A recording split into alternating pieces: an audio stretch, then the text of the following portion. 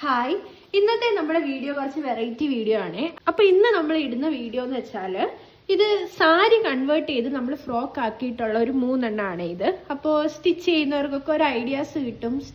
പല രീതിക്ക് ഇപ്പൊ സാരി എല്ലാവരുടെ വീട്ടിലും പഴയ സാരികൾ കാണും.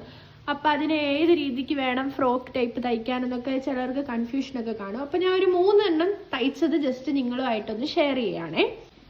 അപ്പൊ ഫസ്റ്റ് വണ്ടാ ഈ പോൾക്കാഡോട്ട് പോലെ പണ്ടത്തെ കാലത്ത് എല്ലാവരുടെയും കയ്യിൽ ഉണ്ടായിരുന്ന ഒരു സാരിയാണ് ഇങ്ങനത്തെ ടൈപ്പ്. ബ്ലാക്കിൽ വൈറ്റും റെഡിൽ വൈറ്റും അങ്ങനെ പല കളറിൽ വരുന്ന നല്ലൊരു പോൾക്കാഡോട്ടിന്റെ ഒരു സാരിയാണ് ഇത്. അപ്പൊ നിങ്ങളുടെ വീട്ടിലൊക്കെ പഴയ ഇങ്ങനത്തെ സാരി ഉണ്ടെന്നുണ്ടെങ്കിൽ നിങ്ങൾ ഇതുപോലെയൊക്കെ ഒരു ഫ്രോക്ക് തയ്ച്ച് നോക്കുക.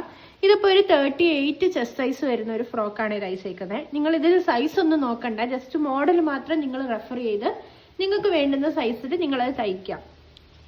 ഇപ്പൊ ഞാൻ ഇതിന് കൊടുത്തിരിക്കുന്നത് പ്രിൻസസ് കട്ടിലാണ് ഇത് കട്ട് ചെയ്തേക്കുന്നത്.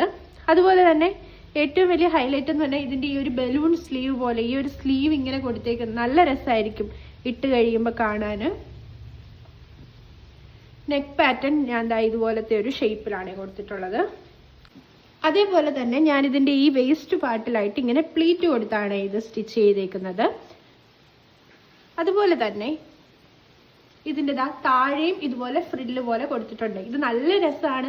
എനിക്കിത് 3 എണ്ണത്തിൽ എനിക്ക് ഏറ്റവും ഇഷ്ടപ്പെട്ടത് ഇതാണ്. ഇതിന്റെ ബാക്ക് പാർട്ടോടെ ഒന്ന് കാണിച്ചു തരാം.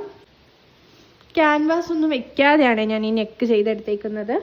അതേപോലെ തന്നെ ഒരു കെട്ടും കൊടുത്തിട്ടുണ്ട്. ബാക്കിൽ ഇവിടെ ഇങ്ങനെ ടക്കും ഇട്ടിട്ടുണ്ട്. നല്ല രസമാണ് ഇങ്ങനെ സ്റ്റിച്ച് ചെയ്തിട്ട് കഴിയുമ്പോൾ. അപ്പൊ നിങ്ങൾ ഇങ്ങനെ ഒരെണ്ണം ട്രൈ ചെയ്ത് നോക്കണേ.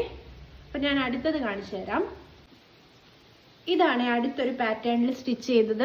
ഇത് നല്ലൊരു പീറ്റർ പാൻ കോളർ കൊടുത്ത് ഒരു പഫ് സ്ലീവ് കൊടുത്താണ് സ്റ്റിച്ച് ചെയ്തേക്കുന്നത്. ഇവിടെ ഇങ്ങനെ പഫ് കൊടുത്തിട്ട് അതോടൊപ്പം തന്നെ ഇവിടെ ഒരു ബോക്സ് പ്ലീറ്റഡും ഞാൻ കൊടുത്തിട്ടുണ്ട്. അപ്പം ഇട്ട് കഴിയുമ്പോൾ ഇച്ചിരി കൂടി നല്ല ഭംഗിയായിരിക്കും കാണാൻ.